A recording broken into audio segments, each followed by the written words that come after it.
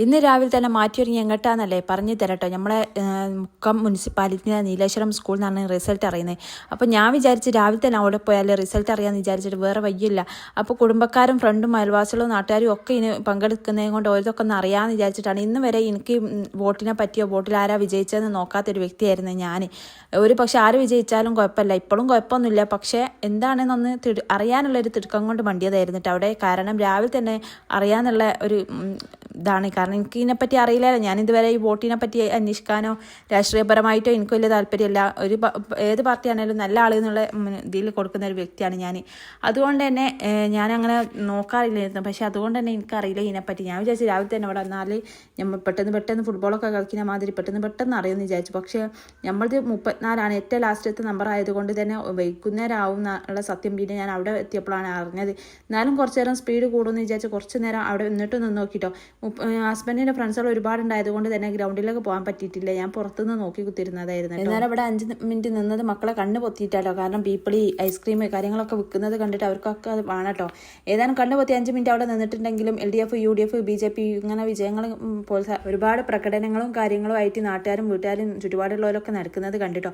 പക്ഷേ ഇതൊന്നും നമ്മളെ സ്ഥലത്തുള്ളവരല്ലോ, വേറെ ഭാഗത്തുള്ളവരാട്ടോ. അപ്പോൾ നമ്മളത് അറിയണമെങ്കിൽ ലാസ്റ്റ് ആവുമെന്ന് പറഞ്ഞിട്ടോ. അങ്ങനെ കുറച്ചു നേരം കൂടി നമ്മൾ വിചാരിച്ചു ഫുട്ബോളൊക്കെ കളിക്കുമ്പോൾ പെട്ടെന്ന് അറിയും വിചാരിച്ചു കുറേ നിന്നിട്ടും ഒന്നും അറിയുന്നില്ല. അങ്ങനെ അന്വേഷിച്ചപ്പോഴാണ് പറഞ്ഞത് നമ്മളത് വൈകുന്നേരം ആകുമ്പോൾ അറിയാനെന്ന്. പിന്നെ ഇതിനെപ്പറ്റി നമുക്ക് മുമ്പ് ഒരു പരിചയമില്ലാത്തത് കൊണ്ട് വണ്ടി പോകുന്നതായിരുന്നു കേട്ടോ. ഏതാനും വണ്ടിയില്ല കുറേ നേരം അവിടെ നിന്ന് വിശന്നപ്പോൾ താക്കണേ നമ്മളെ നാട്ടിൽ തന്നെ പോന്നിട്ടോ. അങ്ങനെ ഹോട്ടലിൽ നിന്ന് വാങ്ങി കഴിക്കാൻ ശരിയാവില്ല വിചാരിച്ചിട്ട് അത് അവിടെ നിന്ന് കുറച്ച് ചിക്കനും വാങ്ങി കുറേ ആൾക്കാർ ഇതാക്കണം ഫോണിൽ നോക്കി തോണ്ടി കുത്തിരിക്കണേ ആർക്കാണ് എങ്ങനെയാണ് വിജയം എന്ന് വെറുതെ നോക്കിയാണ്. നമ്മളത് ഉച്ചാവുന്നുള്ള സത്യം അവരും അറിഞ്ഞിട്ടില്ല. ഇപ്പം ഫുട്ബോൾ കളിക്കുമ്പോൾ അറിയുമെന്ന് വിചാരിച്ചതാണ് ഞാൻ. ഏതാനും വേണ്ടിയില്ല നമ്മൾ പൊറാട്ടയും ചിക്കനും വാങ്ങി അതൊക്കെ കഴിച്ചതിന് ശേഷം പിന്നെ സ്കൂൾ അങ്ങെത്തിട്ടോ. അങ്ങനെ ഒരു 2 മണി 1:30 ഒക്കെ ആയപ്പോഴാണ് നമ്മൾ ഇവിടെ എത്തിയത് കേട്ടോ. അപ്പം നമ്മുടെ നാട്ടുകാർ മാത്രമേ ഇവിടെ ഉള്ളൂ, ബാക്കിയുള്ളതൊക്കെ അറിഞ്ഞിട്ടുണ്ട്. നമ്മുടെ നാട്ടുകാരും അപ്പുറത്തുള്ള നാട്ടുകാർ മാത്രം. അങ്ങനെ അപ്പുറത്തുള്ള നാട്ടുകാരതൊക്കെ അറിഞ്ഞ് അവസാനത്തെ 34ാമത്തത് നമ്മളാണ് കേട്ടോ. അങ്ങനെ ഇതാക്കണം നമ്മളത് അങ്ങനെ 30, 31, 32, 33 ഇതെല്ലാം കൂടി അറിഞ്ഞപ്പോൾ നമ്മളെ ചുറ്റുപാടുള്ളവരായിരുന്നു. അതെല്ലാം അറിഞ്ഞപ്പോൾ ഭയങ്കര സന്തോഷം. അതിനുശേഷം ഇതാക്കണം നമ്മളതും കൂടി അറിയാണ്ട് കേട്ടോ.